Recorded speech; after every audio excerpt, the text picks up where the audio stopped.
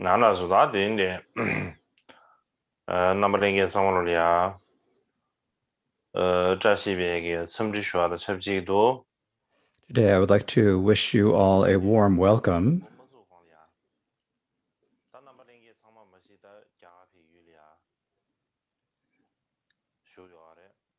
Now, many of you are in India and Nepal.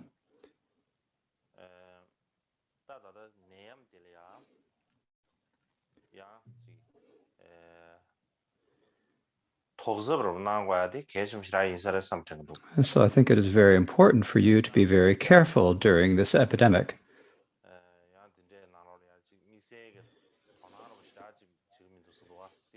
They say that these days in India, in that area, that they are not paying too much attention to the epidemic, and they're being rather relaxed about it. And I have some strong feelings about that.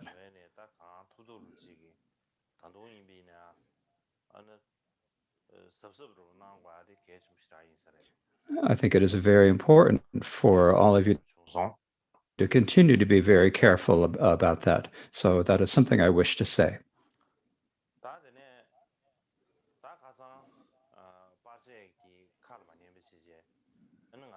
So yesterday, my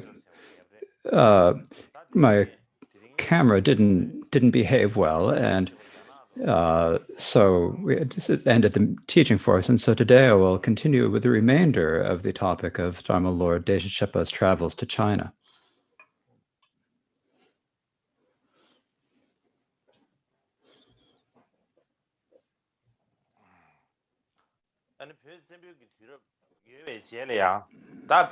Now, after the time of the Tibetan emperors, Tibet was splintered.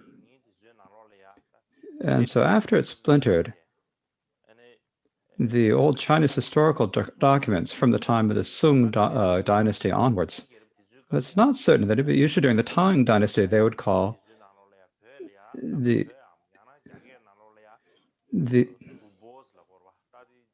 they would call the area of Tibet by the Tibetan name Per or the Tibetan name Tu Bo. So this was a Tibetan Chinese transliteration of the Tibetan word. And so if we look at the version of the Tibetan Chinese dictionaries found in the Dunhuang manuscripts, it is very clear. So before that, they called it Tu Bo. But later, from the Sung dynasty onward,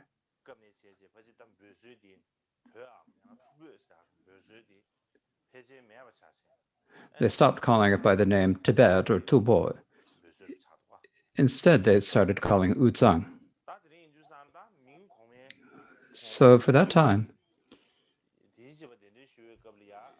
so when the Ming Emperor Yongle invited the Lord of Dharma, Deshen Sherpa, they said it's written on the histories that he invited him from Uzang. In any case, the main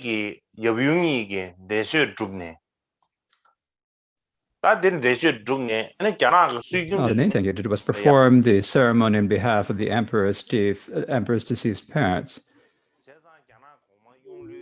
Now, in Chinese culture, benefiting your parents is extremely important. So the emperor had completed fast, had invited Deshen Sherpa to perform these ceremonies on the behalf of his parents, and so this is considered one of the greatest acts of service that is considered most important in Chinese culture. Not only that, the Emperor Yongle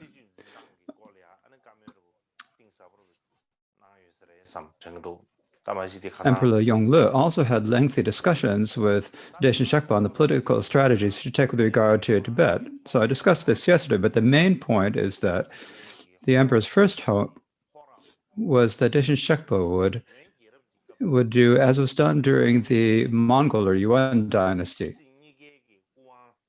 When Drogten Chögyal Pacha had taken both political power and responsibility.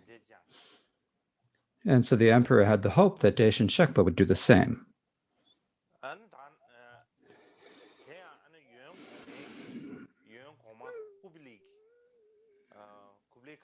Also, the Yuan Emperor Kublai Khan had given titles such as to Dogen Shurja Pacha, such as Precious King of Dharma to Dogen Shurja Papa. And so Yongle also gave these same titles, with just a few minor differences in words, to Deshin Shekpa. And so uh, it seems from this that we can understand that he had a great hope that Deshin Shekpa would, like Dogen Shurja Papa, take both political and spiritual responsibility.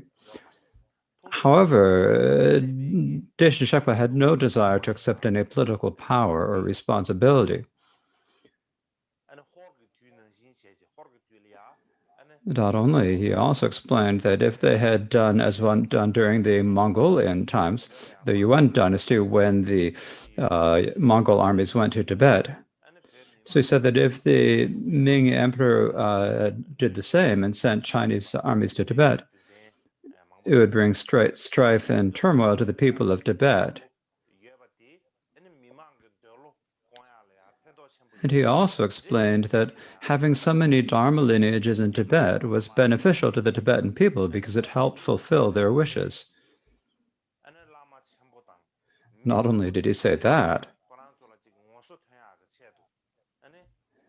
not only that, he asked them to give the religious and secular leaders of Tibet positions and titles that would show them recognition. And so the Ming Emperor, the histories record that the Ming Emperor did the same, and gave the titles to the religious and secular leaders. Also, after Deshin Shekpa returned to Tibet, and so the Ming Emperor invited Lord Tsongkhapa. So Tsongkhapa was unable to go, but he offered. But he also invited Jamchen Chuje, so from the Geluk order. So in Brave, he invited Jamchen Chuje of the Geluk order, Tekchen Chuje of the Sakya, and so forth, and he gave them similar titles as he had for Deshin Shekpa. Even after Emperor Yongle, the Ming emperors continued the tradition of giving religious titles and secular titles to lamas of all the Tibetan traditions.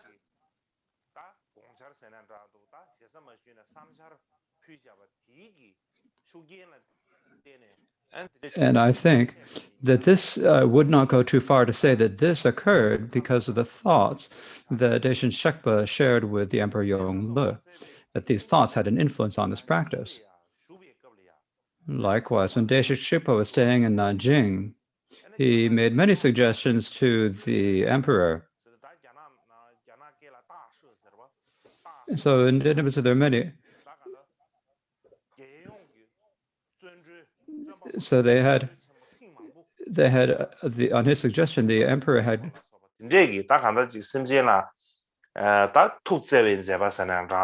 Where they released prisoners from prisons. So this is love of ancient beings, and he showed this in his acts many times.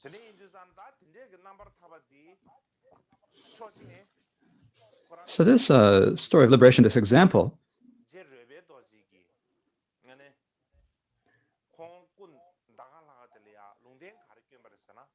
is similar to a prediction made by the previous Karmapa ruler Badoja. He said,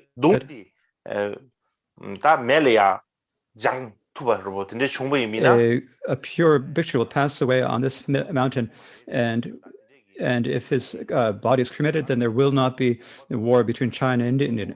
And so that is where Deshin Shekpa passed away, on that very same mountain. And his body was cremated on that mountain, and so because of that, because he was because of that, because of his successor was able to go to India and invite that and prevent the wars between China and India. Also, when Deshin Shekpa was offered a praise by the Emperor of Gendungang,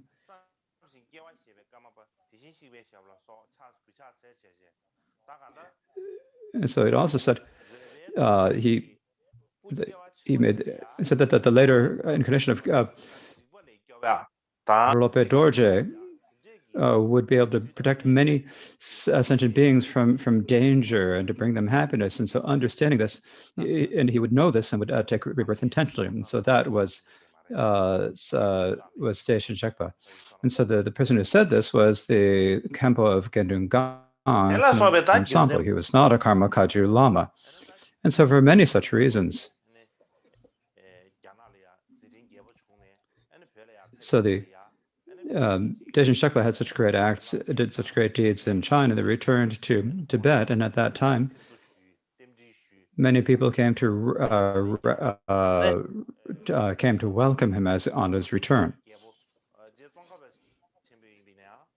And even the king of Dharma, Lord Tsongkhapa, also sent a letter to Daishin Shekpa, and the contents of this letter are collected in the short works of Je Tsongkhapa. There are many stanzas in this, but and so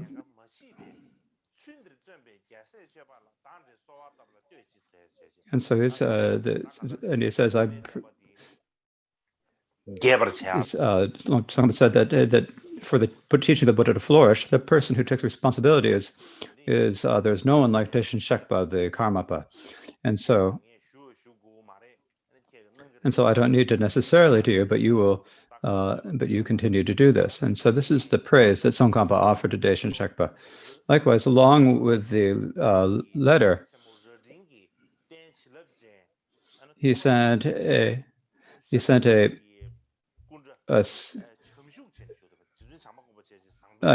statue of the Buddha Shakyamuni sitting in the seated position of Maitreya as well from the Rajang monastery. And that monastery was, even in later times,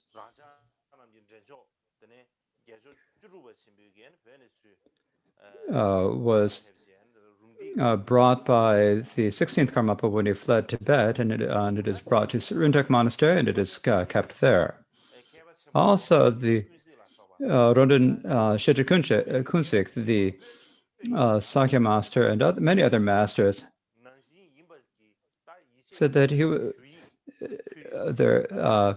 wrote letters saying that it was like a Buddha who had the Buddha returning to this world.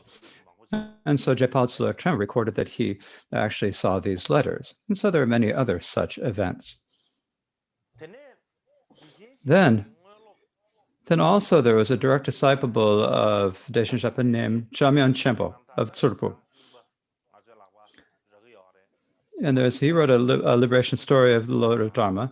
And we have this now, and it used to be unavailable before, but now we have it. But it said that here that during the time Daishin Shekpa was in China, that it wasn't only the officials of various ranks, such as the Menger Emperor, who came for audiences. There were they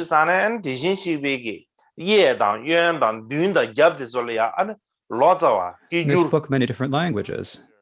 And so because they spoke so many different languages, Daishin Shekpa would teach Dharma with 4 or 5 translators to his sides and in front and behind him. And so among these people, many of them had traveled for many days, prostrating with each step they took as they came to see Daishin Shekpa. So this is the old Chinese. Tradition. It's doing a prostration for every 3 steps. And so there were many people who came to see Daishin Shekpa, and they traveled in this fashion. And so what Daishin Shekpa did is he primarily had them recite the name mantras of the Buddhas and Bodhisattvas, and to make commitments to such as giving up killing and so forth. And so he inspired them to practice, or encouraged them to practice virtue, as Jamyang Chenpo's biography of Daishin Shekpa says. Now, what I'd like to say kind of in relation to this, now in the Chinese National Library's collection, so in the Chinese National Library,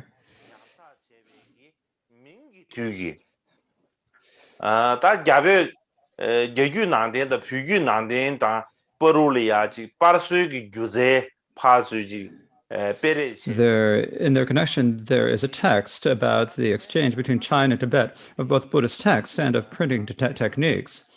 And this is called the names, images, and name mantras of the Buddhas and Bodhisattvas. So there is this text, and I'd like to show you this text. Later, they published this text in book form.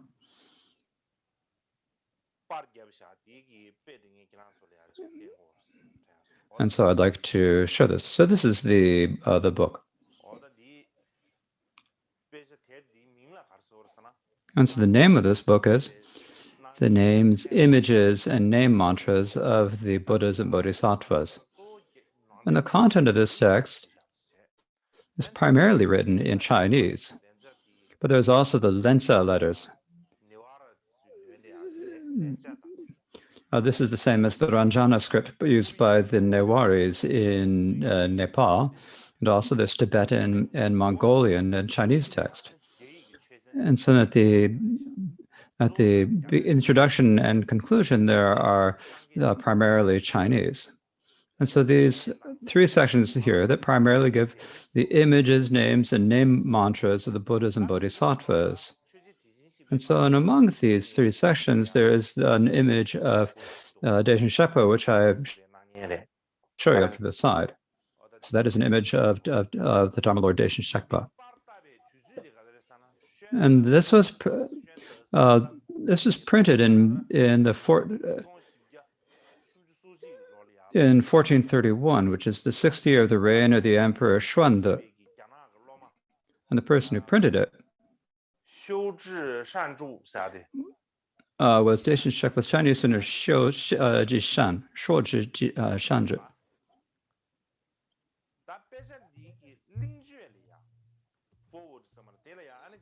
Now, on the forward of this text, there are both Tibetan and Tibetan text. Now, the Chinese text has been largely lost, but the Tibetan is more or less complete. And what it says is, and so the Lord of the Dharma Lord Gampopa, the King of Dharma, has shared many of the dharmas and scriptures that he had given, and so these are now printed in this book. And so many people who do research describe this as, say that this is an important text that is a good source for describing how the Tibetan Buddhism spread to the east into the Chinese areas.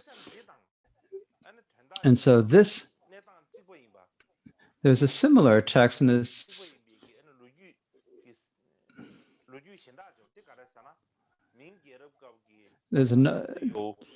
And so another text that is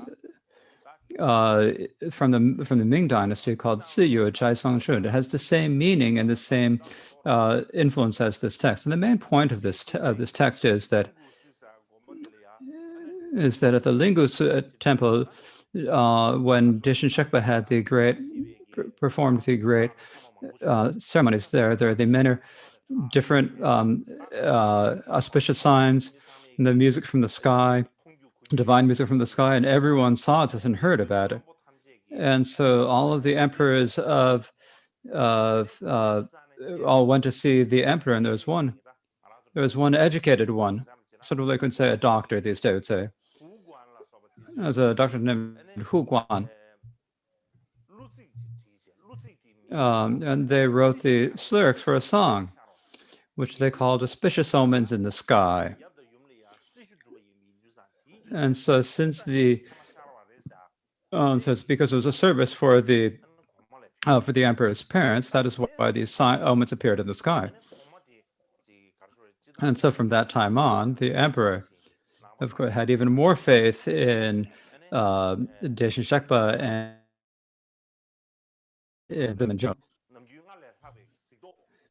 and studied or read the Buddhist scriptures with even more assiduously than he had before.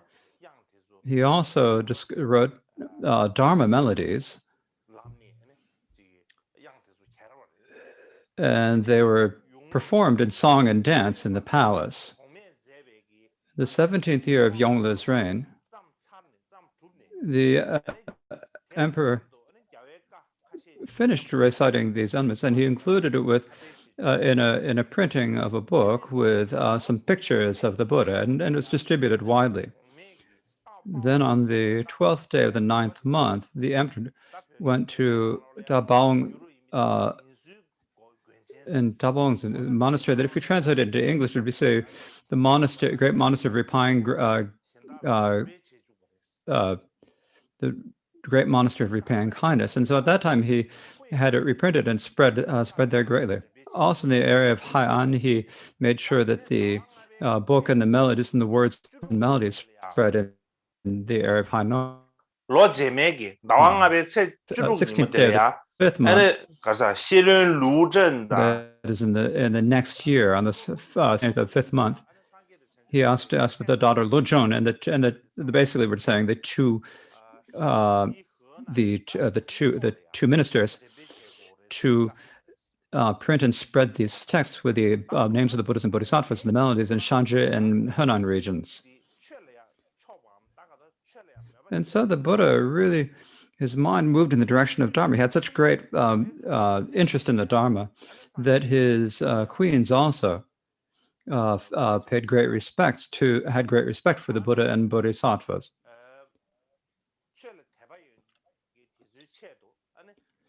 And for the sake of all the people who had faith in the Dharma, he built many monasteries, both inside and outside of the city of Nanjing. They said it was filled with temples. So when we look at these histories,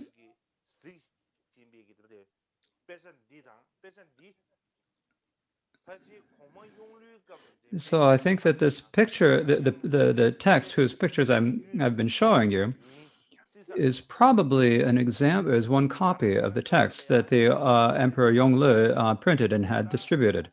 And the reason for this is that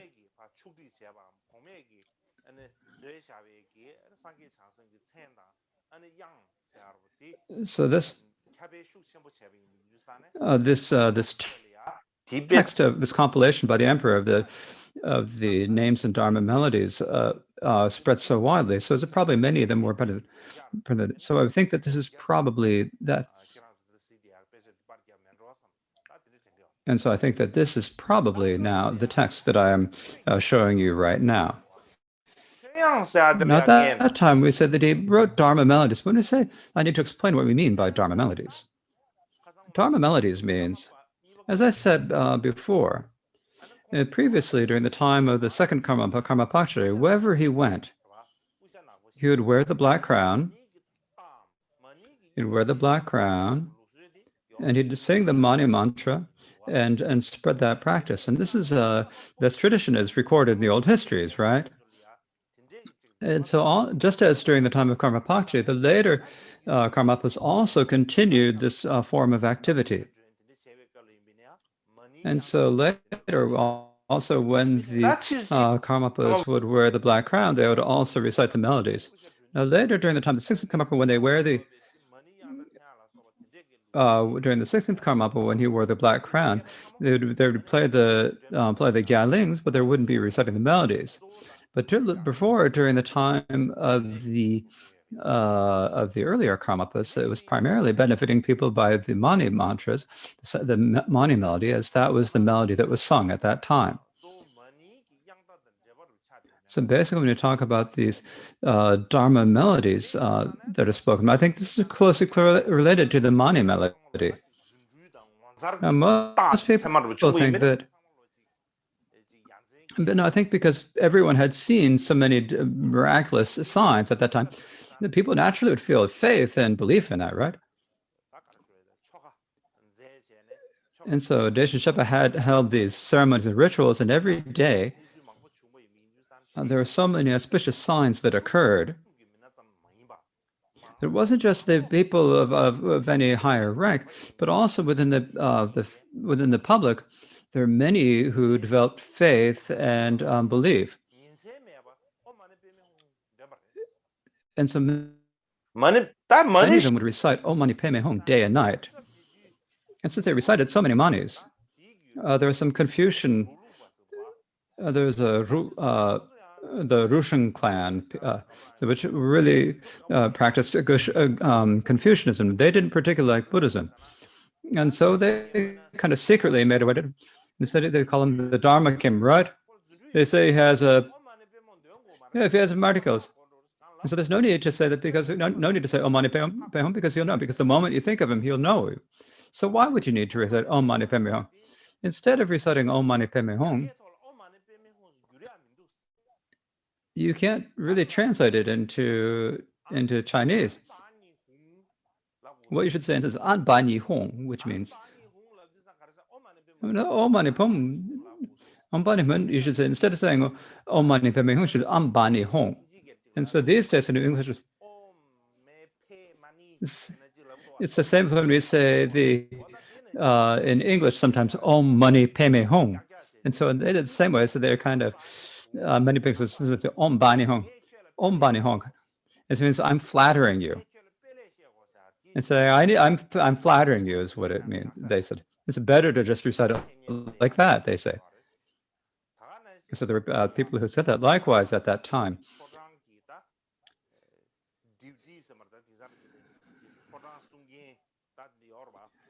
The palace guards at the emperor's palace, when they were on duty, every day they would alternate and be on duty, and they would recite the Mani mantra day and night. And they recited it so much that even Yongle had to criticize him for that.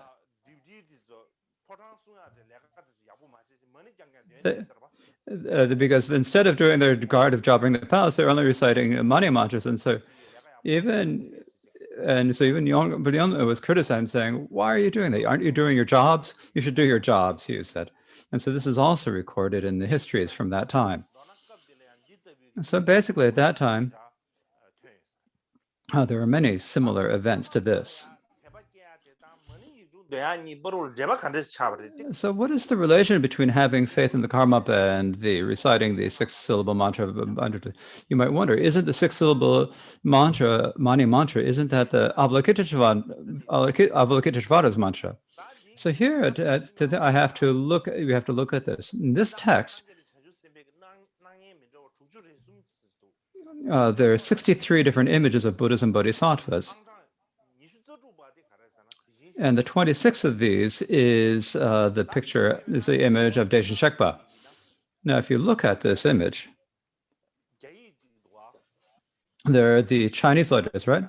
First, there's the Chinese letters. This next line, there is the Lhasa and the Tibetan. And then there are the vertical letters, and that is Mongolian writing.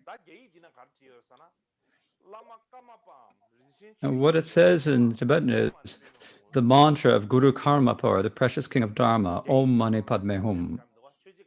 It's very, very clear in Chinese, right? In Tibetan, it's not as clear. It says prostrate to the Lord of Dharma, Karmapa, Om Mani Padme Hum. But in Chinese, it's very clear, the mantra of Guru Karmapa, or the precious king of Dharma, Om Mani Padme Hum. And so at that time, it's not like reciting Karmapa Chenyu, as we said today. There is no tradition of saying that as we do these days. And so because there's talk of the Karmapa being an emanation of Chenrezig, Zik, there was the tradition of reciting the name of the mantra of the Om Mani Padme Hum mantra of Avalokiteshvara. And also, could also have been because Karma Pakshi had emphasized the Mani practice so much and also when Deshin Shekpa went to China, he also recited it somewhat. And so for this reason, that is, at that time in China also, there was the 6-syllable mantra also spread widely in China. So basically, with the support of the Kaju emperor, and from that time, the six-syllable mantra spread widely in the Ming Dynasty and the Tibetan Buddhism as well. And I think that there is a great profound connection here. So basically but basically we say that after the Yongle, the Ming emperors also continued to support and spread Tibetan Buddhism. For example, during the time of the Ming Emperor Xuanzong, during the Ming Emperor Xuanzong's time as well, there were over 1,000 Tibetan monks in Beijing. Likewise, during the times of the Ming Emperor Yingzong,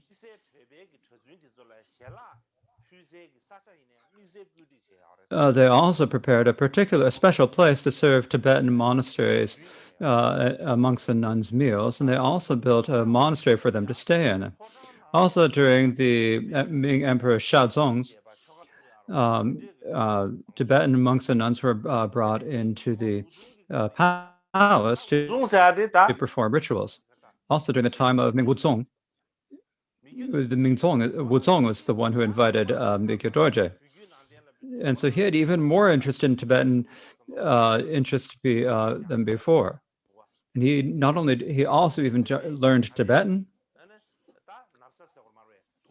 He would wear the robes of Tibetan monks and so forth. And so I'll talk about this. I think I'll speak about this later when I describe this later when I speak about how he invited Mikyo Dorje. Now, when Deshin Sherpa had done the ceremonies at Linggu Temple, but he didn't like staying in the city, and so he went to Wutai Mountain, and he spent a long time there. And as I mentioned yesterday, at Wutai Mountain there is the Shandong Temple, and also there is the stupa of the Buddha Ashoka, and these are restored. And so the emperor offered them to the Buddha. And so this is probably the first Tibetan Buddhist temple at Wutai Mountain. Later, after that, the Jamchen Chuje and Techen Chuje also went to Wutai Mountain. And so basically, in Chinese Buddhism, there are 4 sacred places for the 4 Buddhisms. Wutai Mountain is the sacred site of Manjushri, but this is a different site than the other sacred sites. This is the most important place where both Chinese and Tibetan Buddhists gathered together, and I think that this is because of reasons such as this. Likewise, when we go to the Ming capital of Beijing, to go to the Forbidden City or into the city, they would sell Tibetan Buddhist images and malls, and also the people buying kapalas or skulls. And so, if you want to get a kapala, how do you get it? You can only get it from the corpses of people who've passed away. And so they dug up many. Many people dug up graves and stole a lot of skulls. And so at that time in China, you're not allowed to dig up cemeteries. This is considered very bad. And so there's many questions where people were prosecuted for this.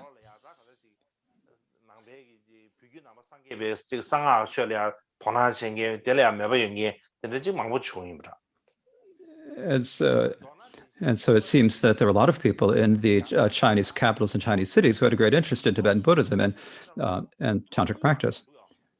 So now, Deshin Sherpa spent basically 2 full years in Chinese. However, his influence was really strong.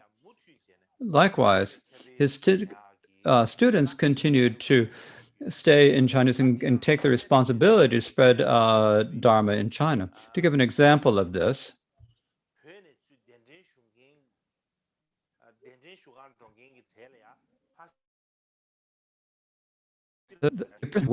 among the people who came to invite Deshin Sherpa from Tibet to China, there was a monk called the Chiguan monk. And later he became a very good practitioner. And he became an important translator from Chinese to Tibetan and back.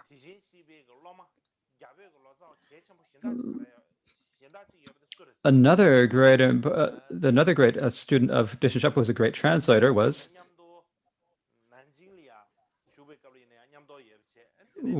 someone who was with Deshen Shekpa when he was in Nanjing, and someone who also brought with him back to Tibet, and whom he gave many instructions that had brought back with him to Tibet and gave him many instructions. And his name was Palden Tashi.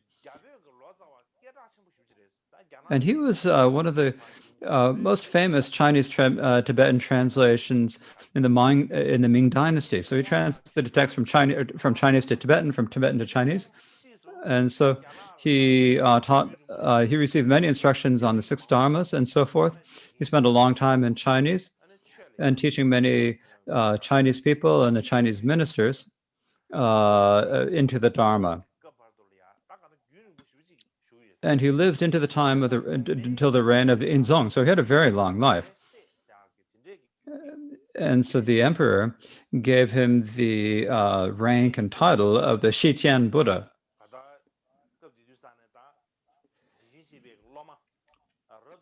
And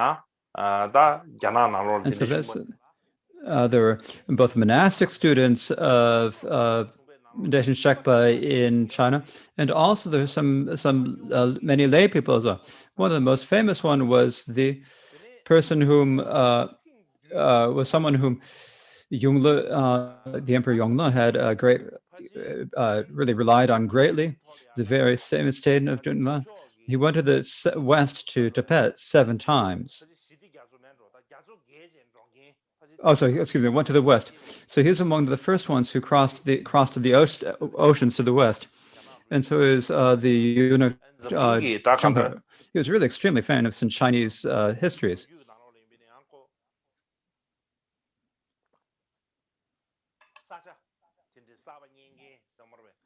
He went and he explored and discovered many new places. He was a very important historical figure.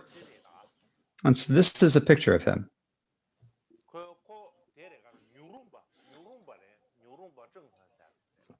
He was a eunuch. He was called the eunuch Zhenghe. How do we know that he's Buddhist? Many histories say that he was Muslim. But the way we know that he is Zhenghe is that in the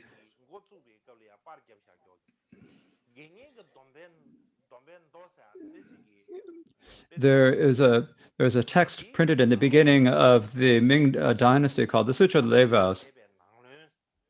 And so this is said that it's written by the eunuch Zhenghe, who had great faith in the Buddhist teachings, Sonam Tashi. And so that he went with armies and great ships. He went across the Western Oceans to work for the emperor.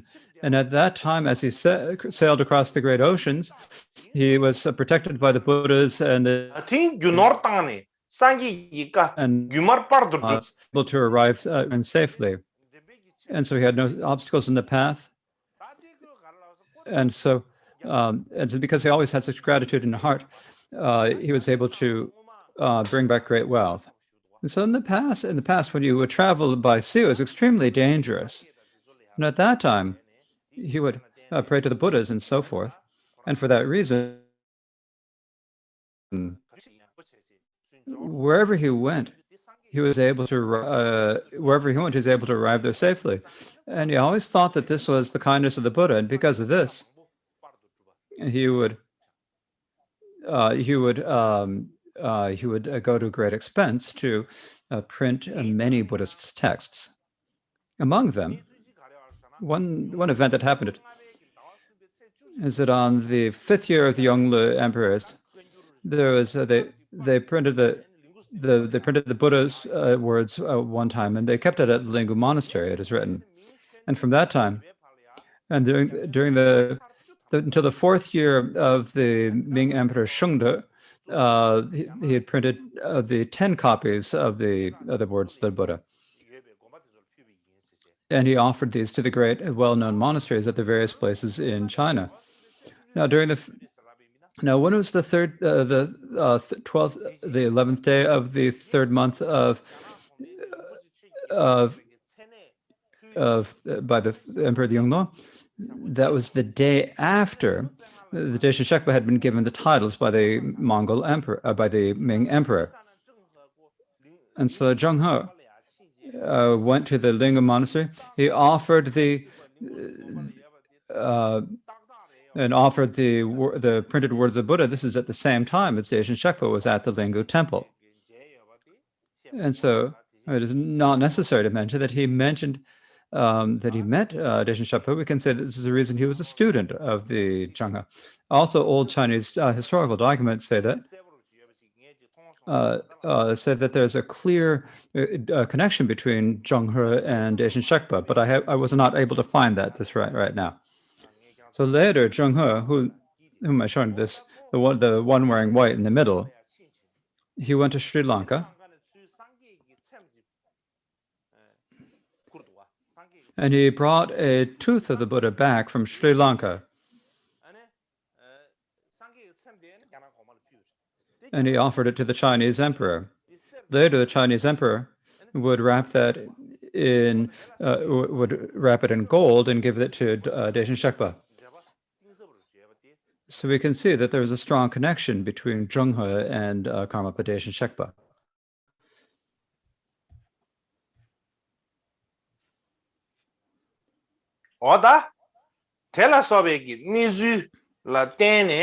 So we can see from events such as these. So you can see from such events and such that there's a history of the Wutai Mountain. And what it says about the topic of Deshen Shekpa, when writing about this, they said that he did not like fame or distractions, and his deeds are difficult for ordinary individuals to conceive of, and because it spread his fame spread throughout China. And so this is writing the actual situations that happen. And so basically,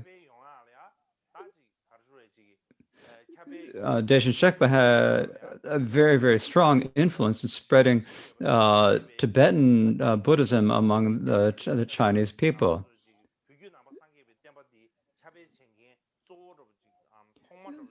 So we can say that he was probably the first person or the primary person who spread the Buddhist teachings among the Chinese people.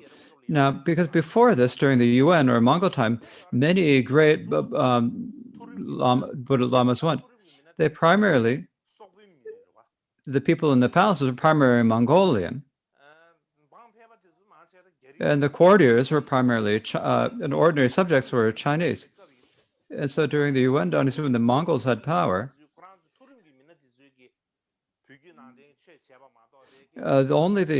primarily the Mongolian people of high rank practiced Buddhism, but it didn't. But I doubt that it spread widely among the populace. And these days there are scholars who say similar things. Likewise, and so after, not only did Deshen Shekpa have a great influence on spreading the Buddhism in China and spreading Tibetan Buddhism in China, as he returned to Tibet,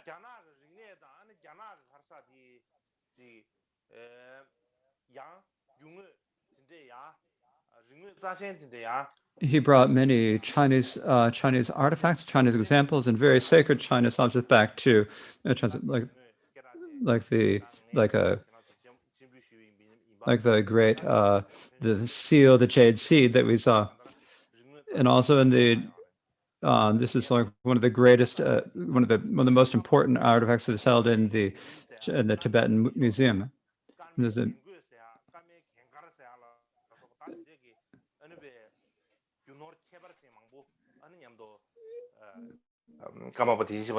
and he brought also brought many other valuable things back with him to Tibet. And so but many different treasures called the Karma Gengun and so forth back to Japan. They're considered very important. So these were, there's like their cups and so forth that had very different other cups really praised very highly. Not only that, these days in museums, we can do the Karma Genkara and if you have the Karma cups or the Karma Gendo, you think of these really very, very important. And then also antique dealers,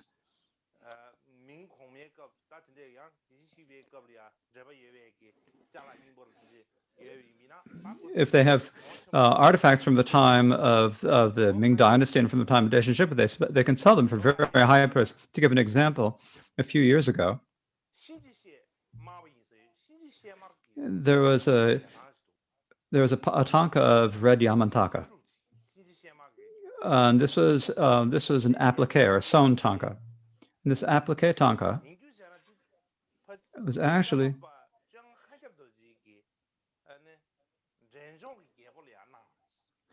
given by Kachep Dorje to the king of Sikkim. And the king of Sikkim gave it to a friend who abroad. And a few years ago, it was sold at an auction. It was just a very big tanka. And it sold for 48 million American dollars. So if we explain that everything, and so it was because it said that they said all sorts of things about it being from the time of Daishin Shakpa and related to him, and because they're very old. So when I thought about that time, the king of Sikkim was really kind of stupid about it. Someone said to me, if he had kept it, he would have been better off, they say. And so these are the events that happened to that. So I think that is enough about the Karmapa Daishin Shakpa. So after that,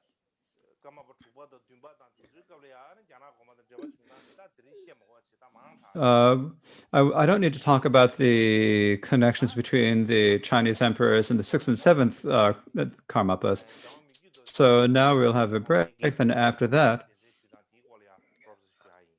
I will speak in general about how the Chinese emperor invited Karmapa Mikyo Dorje to China.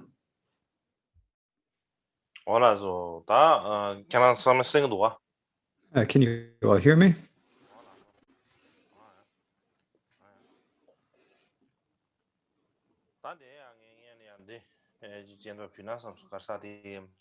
First, I thought I would show you this.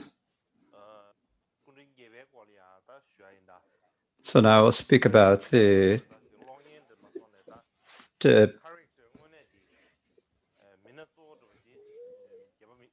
and so now I'll start speaking about Mikyo Dorje, because if this were a film, the main character would be Mikyo Dorje. So we say the Mikyo Dorje was invited to China by the Ming Emperor. We say that he was invited by the Chinese emperor. The other day, I spoke at how he was brought to the region of Zhang. And so the year after he went to Zhang, and then the next year, people came from the Chinese emperor to invite him. Now, who was it? Who was the emperor who invited him? So it was a Ming emperor, whom I will show to you now.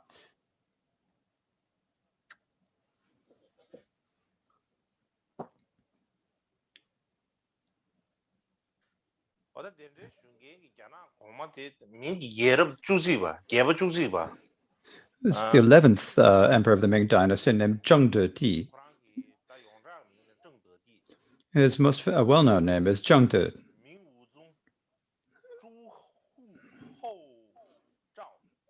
He was also called Wu Zong Zhou Zhu Hao. So this is his actual name. Zhu Zhou Hao is his actual name.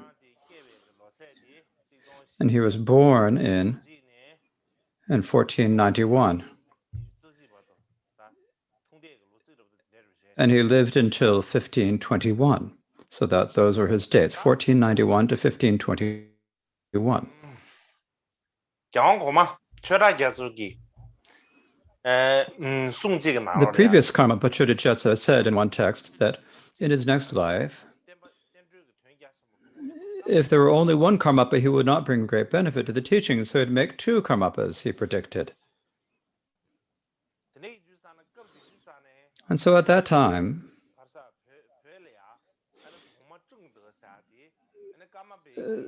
some people in Tibet said that the Ming Emperor Zhengde was an emanation of the Karmapa. And so there were people who proposed that at that time. Now, Mikche Dorje wrote in his own autobiography that he wrote at Namche Mountain. And what he said there was, then the victorious Chudyachetsa said, to protect the teachings of the Buddha in this world, both eminent bodies as both emperor and the one he revered, if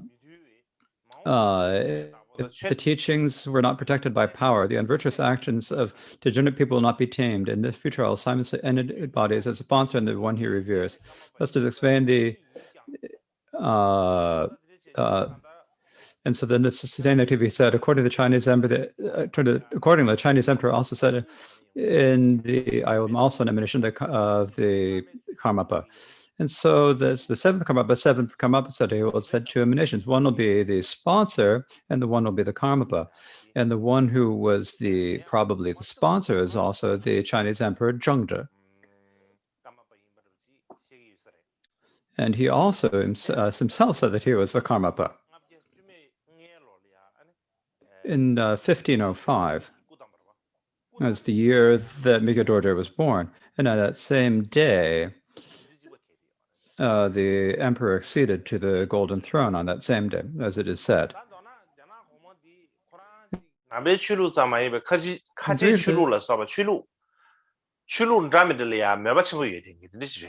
The emperor had great interest in many different religions, including Islam, and especially he had a great interest in Tibetan Buddhism. He gave him the title Da Qing Fa Wang, which can mean the glorious jewel. He gave himself a Dharma name, and he also made a stamp made with that. Not only that, as I mentioned before, he also learned Tibetan. He wore the robes of Tibetan Lama and wore a black crown and said, I am the Karmapa. And so events such as like this are described in the biographies.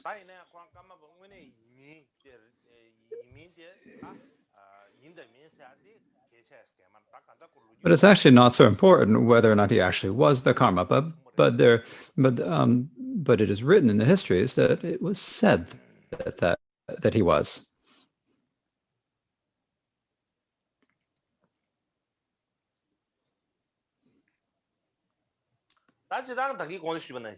Now, as I mentioned before, from the time of the fifth Karmapa, Deshin Shekpa, until the eighth Karmapa, Mikche Dorje, there was a tradition of sending messengers or envoys back and forth from the emperors to the Karmapas and making offerings back and forth. In particular, during the time of the eighth Karmapa, the Emperor Zhengde, what he said was, in the West, there is a Nirmanakaya of Amitabha. He has come for my sake, so he must be invited to China. And so it sent a minister named the eunuch Liu Yuan.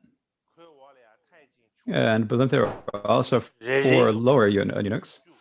Each of them, below there were 10 generals, and each of them had 2,000 or 3,000 soldiers. And also there are 4 Chinese lamas with ranks. Each of us was accompanied by 100 Chinese monks. And the offerings included various ritual objects, dishes for eating food, all made out of gold and silver, also robes and seats. And also they had like over 100 crates of offerings. And they also had an uncountable amount of tea, silk, sandalwood, and other offerings. And they also needed people to port it, so they had porters. And they also had the protectors, the military to guard it. In total, there were 70,000 people Now, I don't know whether it exactly was 70 people, but they say there were 70,000 people. And this is what is written in the histories, in the Tibetan histories. So when they talk about the Taijian, the Chinese word, this means the eunuchs. These are the eunuchs who were kept to serve the empresses.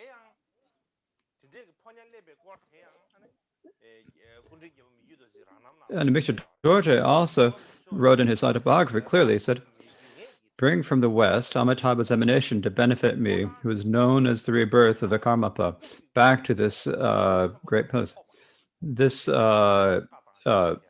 command was given. And so basically, he was given this command.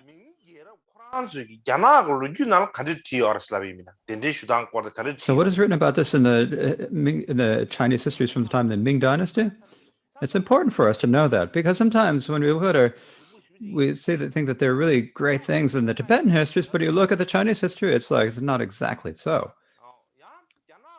Sometimes there are things written in the Chinese history. And if you look at the Tibetan histories, it's not exactly the same as what's written in the Tibetan.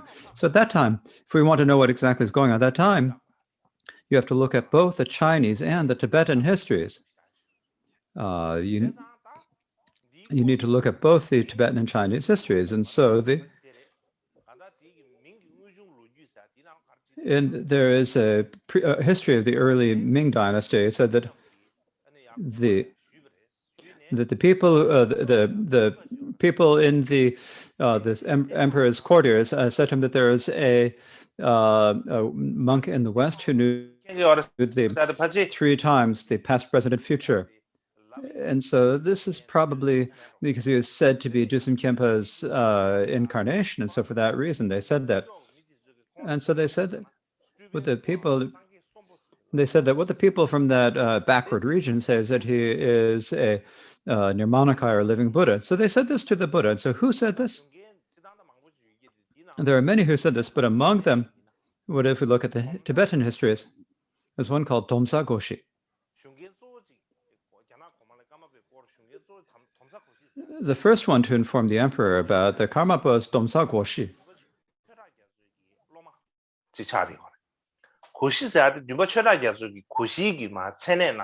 Seventh Goshi.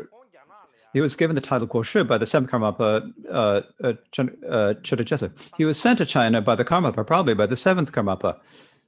And when he was first, he said at first he was sent by the Karmapas, and they didn't believe him. And so at first they put him in prison. He spent several days in prison, but later they believed him and released him from prison. And they asked him questions. And the Domsa Goshi spoke about the Karmapa. And so when they spoke, they developed some interest in the Karmapa. Now, if I go to the actual histories that read, during the time of Yongle, he sent the welcome parties.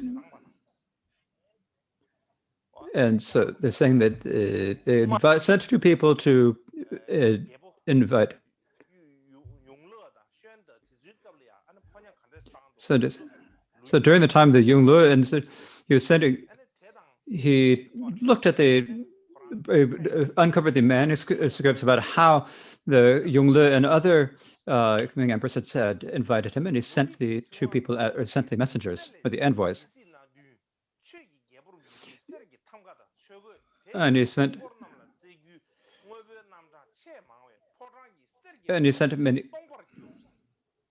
sent a lot of great offerings and so forth, that he actually depleted the royal treasury. And so he made so many offerings.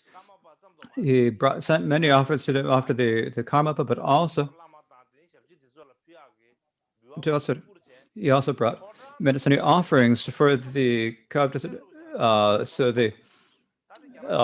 for the retinue. So he sent so many offerings that they actually emptied the treasury. So this is recorded in the citizens.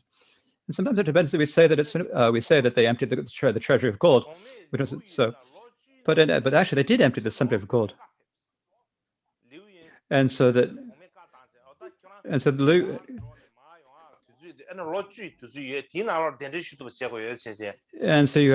he said that you have 10 years to go back and then bring it back. So this is as what's described in the old Chinese histories.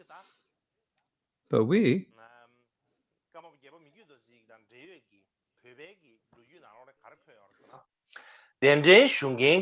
what's written in the histories, the Tibetan histories related to Mikyo Dorje, so that this Jiyuan actually had very little faith in the divine, but because it was sent by the emperor, he had no choice but to go. So what he thought himself is that the combat was given such a, since I was given such a strong order by the emperor, if I don't, but I'm going to, he thought to himself that, he thought that if Karmapa did not accept the invitation now, he should use military force to abduct him and bring him back. And so his thought is not entirely, so his thought was, his intention was not entirely pure. And so he had the many people and the soldiers and porters and all the other associate people. There are somewhere around 70,000 people. It's difficult to, 70,000, it's difficult to mind around it, but this is written in many old documents, including Mikyo Dorje wrote this, Paul Silokonda wrote this, and many other authors. And so I'm going to take it as just, that's what it was. It was 70,000. So a whole lot of people came. And then we came to the place called Rabgang. That's where they all stopped. And the eunuch meant us to stop there. And the reason why that is because they went straight into Tibet. From one's perspective, because there's so many of them, they would have caused great problems for the people, and also because the minister actually didn't want to go there. He had said that as he goes along, he had people singing songs and dancing for him. And so when they got to Tibet, so it's difficult path, and so he stayed there, and he sent people off to see the Karmapa and said, "Please go," and sent people, and he just stayed, enjoying himself back at the camp. He probably sent a lot of people. And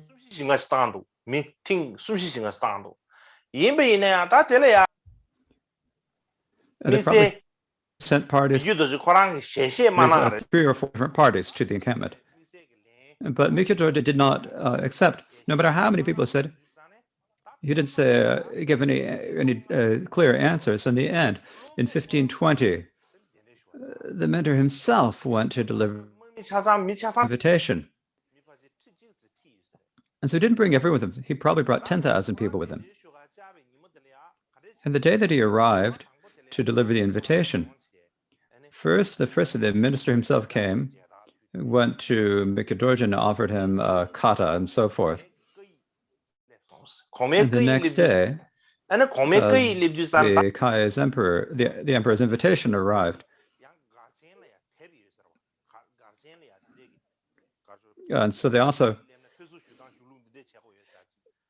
so there was a great large book in the Garchen. They kept a book with a record about how you should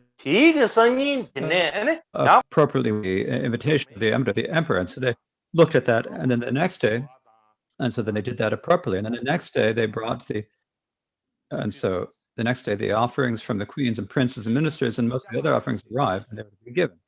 So most of the things that were supposed to be offered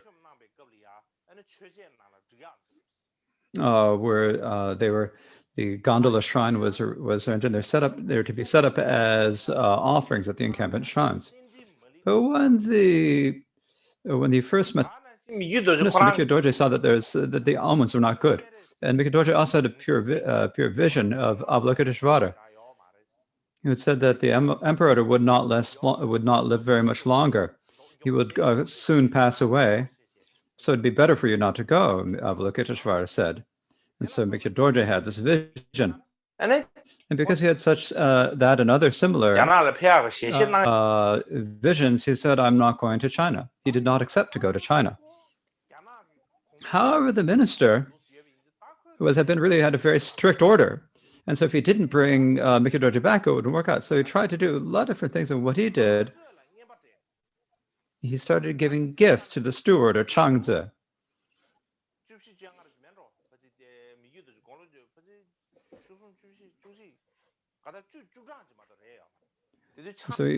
So Mikhail Dorje was only in his teens, and so the minister gave the gifts to the steward and tried to submit it and said, if you do this, I will give you the rank of a Gui Gompa. So Gui Gompa is like this is during the it's like the highest realm, the highest rank in the encampment of the Gui Gompa. And so so these two are like these things are like this is like ping and shada, like noodles and meat. The meat are always very good. So they are getting together very well. And so they're deciding about what to do. The steward said if the Karmapa won't go. So what I should do is this. You've had so many offerings, right? And this is really well known in Tibet. So now you've brought so much. You have the offerings that 10,000 people had to carry, then it had to be a whole lot of offerings. And so you should say that now you're not going to give the offerings. And so don't give him the offerings until he accepts to go. Yeah, then you have to stay and keep insisting that he go. At that time at the Garchen, in the great encampment, there were a lot of people. There were great lamas, and all the great lamas and important people got together. And so there's a Gyatamba, Sormampa, Ling Drusi, Chama Goshri, the Dhamma Discipline Master, and all of the important people in the encampment got together and had a discussion. They had a meeting. In the meeting, they said, what do we should do? The Karmapa is not going to go. And if he doesn't go, what we should do is, let's not do this. What we should say is this. Say that he's going to go on some particular date. He's going to go. He's not going to go. In the future, on this month, on this date, he will go. If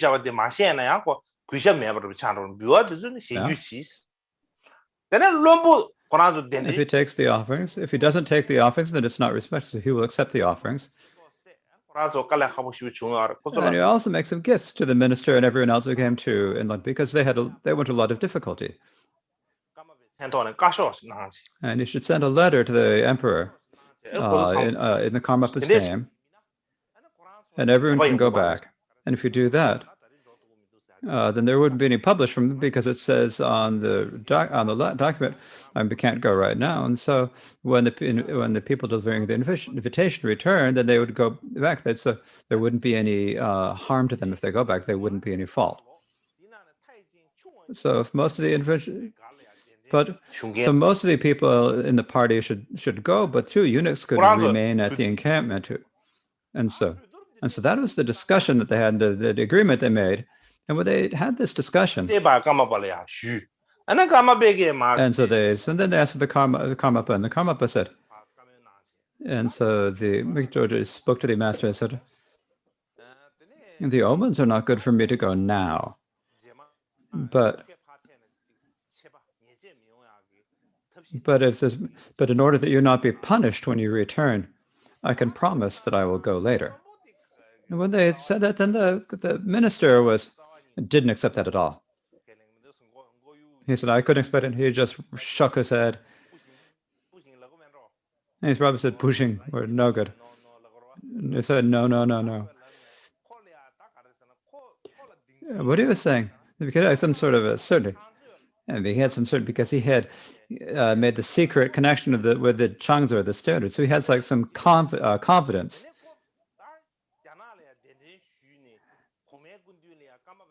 And if you had to if you would be able to bring the Karmapa back to the emperor, they'd have like a great status. And so he pretended to get angry, and he took all the offerings and immediately left. You can go or not. As I'll send I'll send armies to destroy the 9 regions of Tibet and come, he said. And he went to a place that's 2 station posts away. So these are like, so this is probably a place a day or two's travel away. I'm pretending to be angry. And so then when he left, and what the steward said, what he said, oh, I need to go see him off. I need to escort off, and went off with him. So I don't know if they had some sort of discussion. So the steward went off with the minister, and they went off. They got off, and they started speaking. And when they talked about what they do, so we shouldn't do that. So what we should do?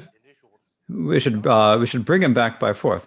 You've got the army, so bring him back in a force flight.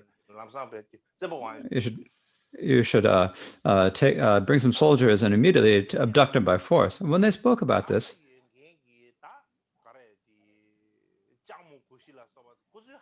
so also the Jamo Gushe and others, the great lamas in the Tibet, heard about this. And when they learned this, they immediately, the Karmapa immediately went secretly to Tibet, to central Tibet. So at that time they were in eastern Tibet. When they heard about the situation, thought this is a good, they immediately, the Karmapa and his entourage were brought to central Tibet. Mikyu Dorji wrote about it, this in his biography, where he said, 70,000 envoys of the great Lord of Humans came when I was 14 years old. They ordered that I go immediately to the Chinese emperor's guru. At that time, I was not yet an adult, and even if I were, I did not have in my being even a fraction of the qualities to be the spiritual master of an Nirmanakaya emperor. I was discouraged and despaired of my karma. What is the fault of why I had such a title as being known as the Karmapa? They supplicated me repeatedly, saying I do not have the power to go above the emperor's envoy. They planned to take me, and at that time I refused very earnestly. The retinue of the envoys became haughty and departed. So saying that they arrived when he was 14 years old, and saying, "Go, you have to go immediately," they said. And he said, "I can't go. I'm really, and since I'm so young,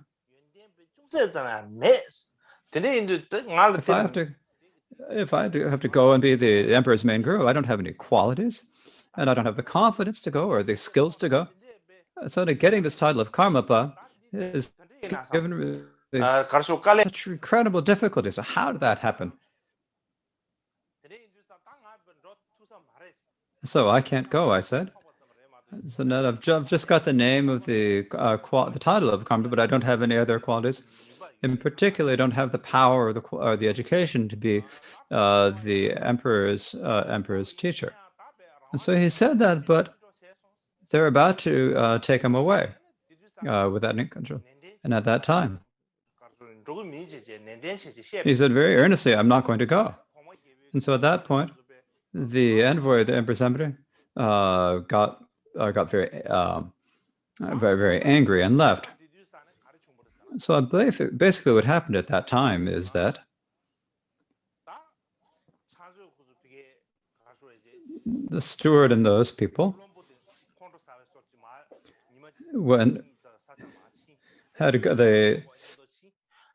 the minister had pretended to get angry, gone off to a place a day or two later. The steward went with him. They made the plan to abduct the Karmapa by force.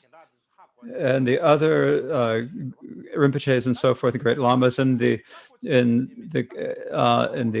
encampment brought the Karmapa to Tibet. And at that point, the minister had no choice but to go.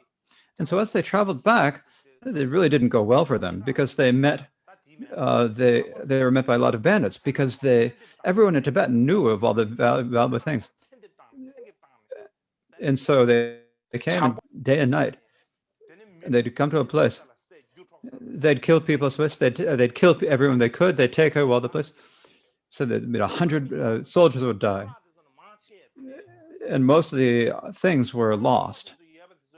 And whatever was remembered, the soldiers took themselves. In the very end, there was like nothing that could happen. And there's nothing to do.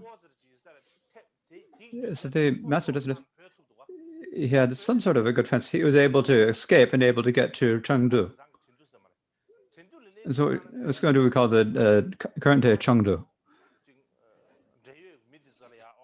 So this is a situation that happened. So don't please don't tell anyone. You can't tell this to the emperor, because he had really had such a great responsibility. If the emperor found out, he'd be. So he told everyone about this. And so he went back to Peking. Something worked out for him, and when he got back, and at that time, the Ming emperor the Chinese emperor had passed away. The emperor had passed away, but after him there was another emperor, of course. And so this person later found out about how badly his work had gone. I was almost about to execute him, but he had many different connections, and they made a request, and they said, and he was almost executed, but it wasn't. But he was stripped of all his ranks.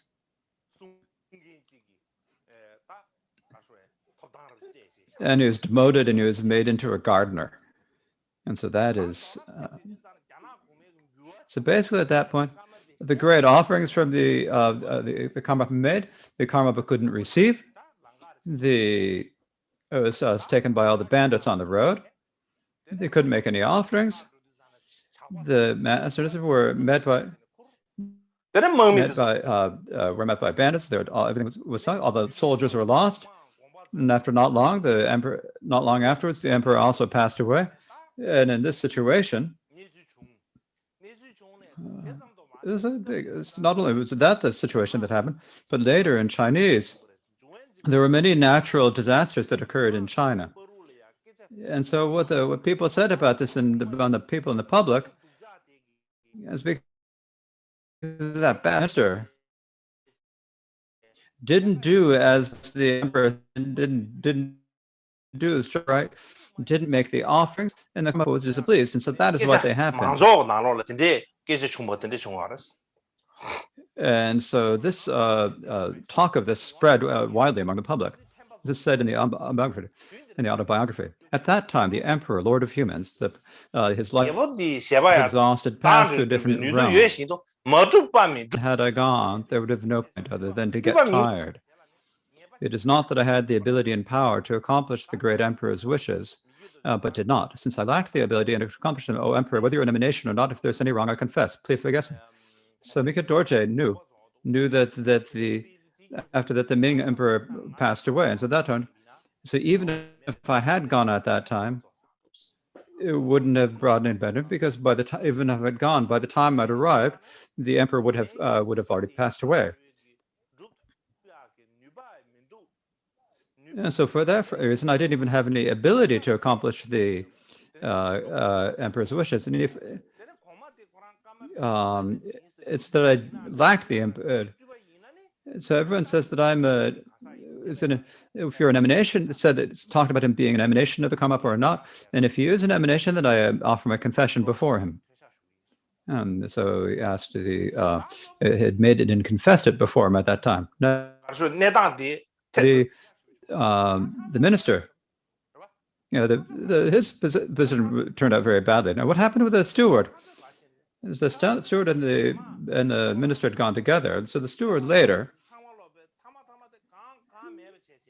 So everything in the end, he lost everything that he had, and later he returned to the encampment when it was in Gongpo. So he just came and had nothing else to do. He had probably taken a few of the offerings, but he didn't get them. Eventually, when the encampment was in Gongpo, he went very, very meekly with his tail between his legs. And so everything that he had got, they offered to the Karmapa. So he gave everything he had to the Karmapa because he hadn't done a good job.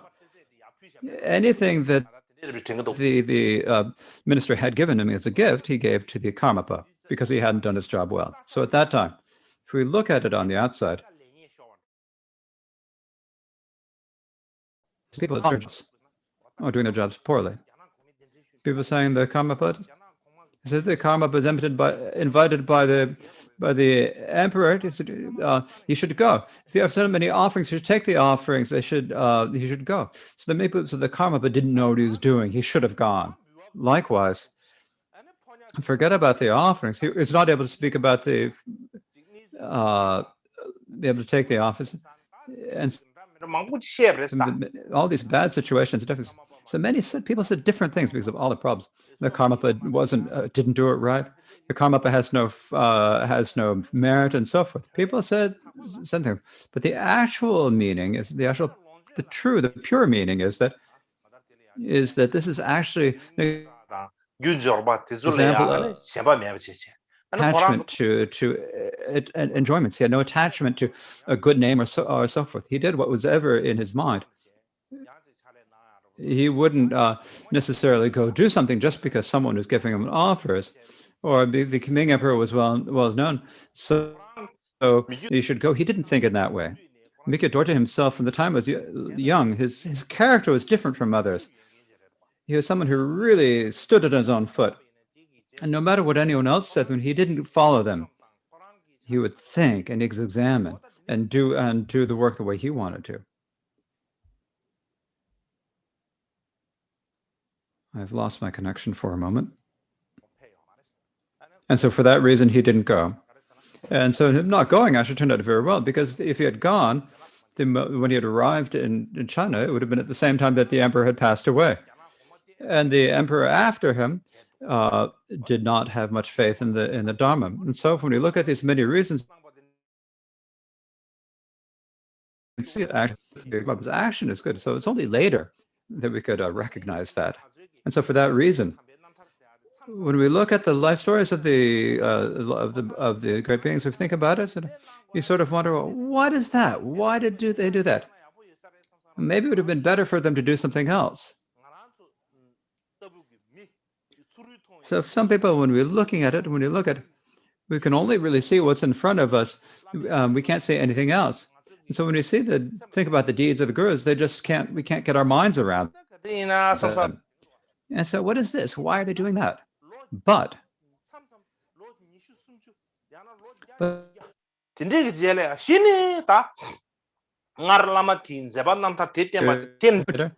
only then you can think that the examples that the deeds of the great masters were good, and that they're right, that they did the right thing. So sometimes it takes a couple centuries to know that there are many situations. So it's only after a couple centuries we can know that what they did good, what they did was good. There are many great masters in Tibet, and during their time that no one thought about them. People thought, oh, they should do what I think. They're not doing this. But then later, when you look back at them from a couple hundred years later, said actually what they were doing was good. It's because we're so obscured by ignorance that we can only see what is in front of us, and we can't really see the entire picture. And so for that reason, this is the way that the Ming Emperor invited Mikyo Dorje, and how he was unable to accept the invitation and see the Chinese emperor. So tomorrow, I think about every day. I have to think about, I'm going to myself a lot about what I'm going to speak about tomorrow. Anyways, I'm going to say all this stuff, and then be unable to prepare it, and then tomorrow. So I got a headache and get dizzy. That's what happened. So I need to think about it before I say anything. Oh yeah. So tomorrow. So I didn't have any chance to speak about either the good deeds or the praise he searched thoroughly. So I'm going to teach from either the good deeds or the praise he searched. And maybe if there's tomorrow, maybe I'll give an introduction to the karma, the encampment, because I've been speaking about the encampment over the time. But if you don't know what the encampment is,